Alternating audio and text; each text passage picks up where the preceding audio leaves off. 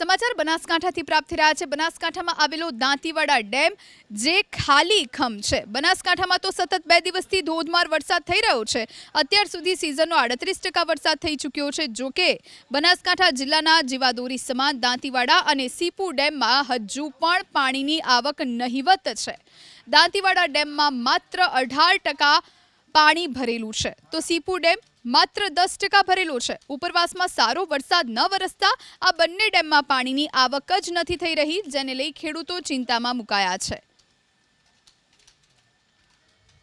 બનાસકાંઠામાં નહિવત વરસાદના કારણે દાંતીવાડા ડેમની જે જળ સપાટી છે તે તમે જોઈ શકો છો તે પ્રમાણે માત્ર 18% જેટલું જ અહીં પાણી બચ્યું છે। ખાસ કરીને જો વાત કરવામાં આવે તો 583 ફૂટ જેટલી જ એમની જે જળ સપાટી છે તે જોવા મળી રહી છે। બનાસકાંઠાની જીવાદોરી સમાન આ દાંતીવાડા ડેમના દ્રશ્યો છે।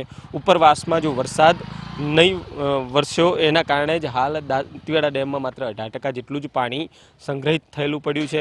કારણ કે છેલ્લા 15 દિવસથી આ વિસ્તારમાં વરસાદ નથી, જેના કારણે હવે ખેડૂતોને ભોગવવાનો વારો આવી શકે છે। કારણ કે જે રીતે જળાશયમાં પણ જે પાણીની છે તે ઘટ વર્તાઈ રહી છે। ગત સાલની સરખામણીમાં આ વર્ષે હાલ વરસાદ નહિવતના કારણે ક્યાંક ખેડૂતો મુશ્કેલીમાં મુકાઈ શકે છે।